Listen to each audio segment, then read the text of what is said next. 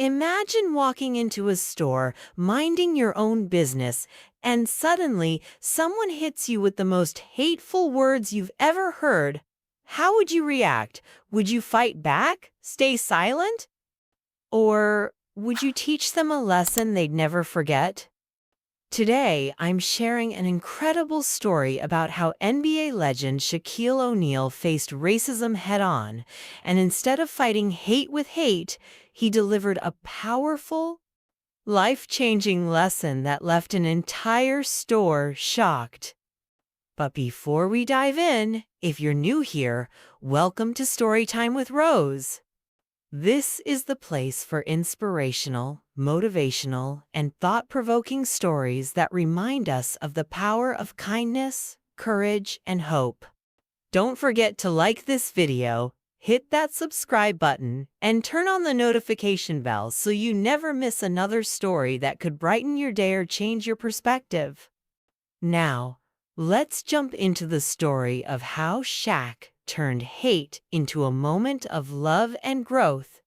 Shaquille O'Neal had always been a man of the people. Despite his fame, wealth, and larger-than-life personality, he loved doing the little things himself. He owned a grocery store in Atlanta, one of his many business ventures, and he occasionally liked to visit in disguise.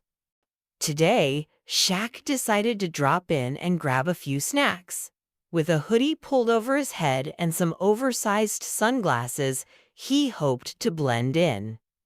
It wasn't that he didn't want to be recognized. He loved meeting fans, but he wanted to see how his employees treated customers when the boss wasn't around. He grabbed a shopping cart that looked hilariously tiny next to his 7-1 frame and began strolling through the aisles. In aisle 9, he stopped to grab some chips and a bottle of his favorite drink. He was studying the label when he felt a cold, judgmental stare. "Excuse me," came a sharp voice behind him. Shaq turned around. It was an older white lady, perhaps in her late 70s. She wore a floral dress, pearls, and a stern expression. "You people need to learn some manners," she said, her voice icy. Shaq blinked, unsure if she was talking to him. "Excuse me, ma'am?" he asked politely, his deep voice calm. "You heard me," she snapped. "First, you block the whole aisle with your oversized self. And second, why don't you go back to your country? We've got enough of you here already." For a moment, the world seemed to freeze.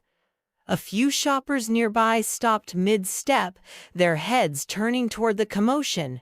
Employees glanced nervously at the scene unfolding. Shaq's heart sank. He was used to standing out literally and figuratively, but racism always hit differently. He could feel the weight of the woman's words pressing on him, but instead of reacting with anger, he decided to take a different approach. "Ma'am," he said, his voice still steady, "can I ask you something?" The woman raised an eyebrow, clearly not expecting a calm response.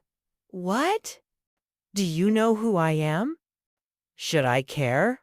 she replied, crossing her arms.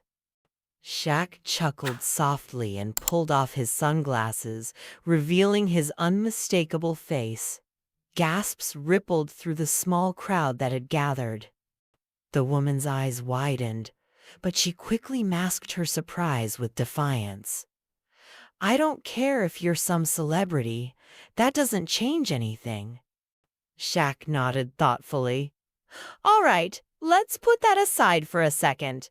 I want to tell you a story."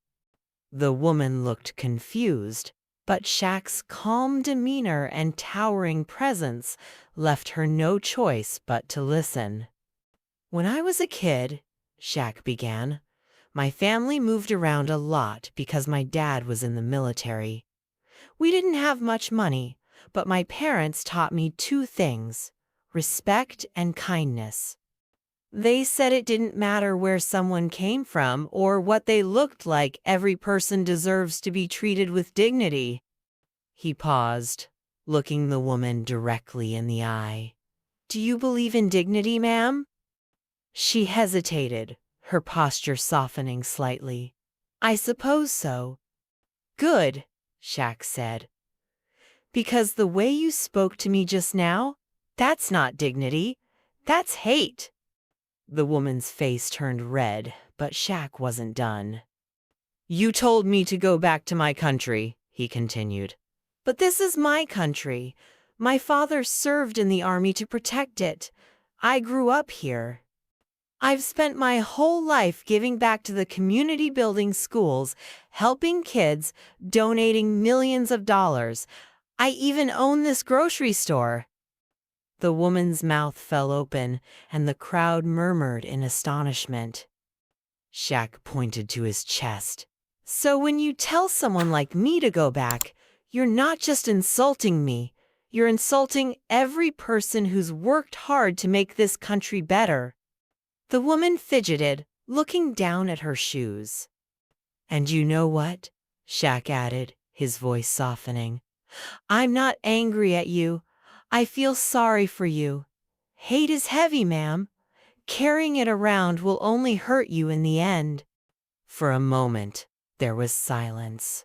The crowd was captivated, waiting to see how the woman would respond. Her lips trembled. "Tu didn't mean," she started, but her voice trailed off. Shaq gave her a small smile. It's okay. We all make mistakes. What matters is what we do next. So how about this? I'll pay for your groceries today, and maybe next time you'll treat people with a little more kindness. Tears welled up in the woman's eyes. I'm sorry, she whispered. Shaq placed a gentle hand on her shoulder. Apology accepted. Let's do better, okay? The crowd erupted into applause. Some people cheered, others wiped away tears. Employees exchanged looks of pride, grateful to have a boss like Shaq. As the woman pushed her cart toward the checkout, she turned back and gave Shaq a small, hesitant smile. He nodded, his own smile warm and forgiving.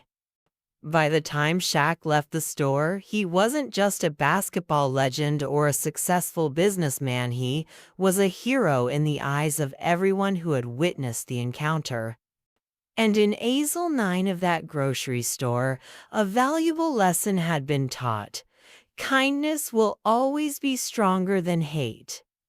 And that, my friends, is how Shaquille O'Neal turned an ugly moment of hate into a beautiful lesson on kindness and understanding. It's a powerful reminder that sometimes the best way to fight negativity is not with more negativity, but with compassion and wisdom. If this story inspired you, taught you something new, or simply warmed your heart, don't forget to give this video a big thumbs up. It really helps the channel grow and reach more people who need to hear stories like this.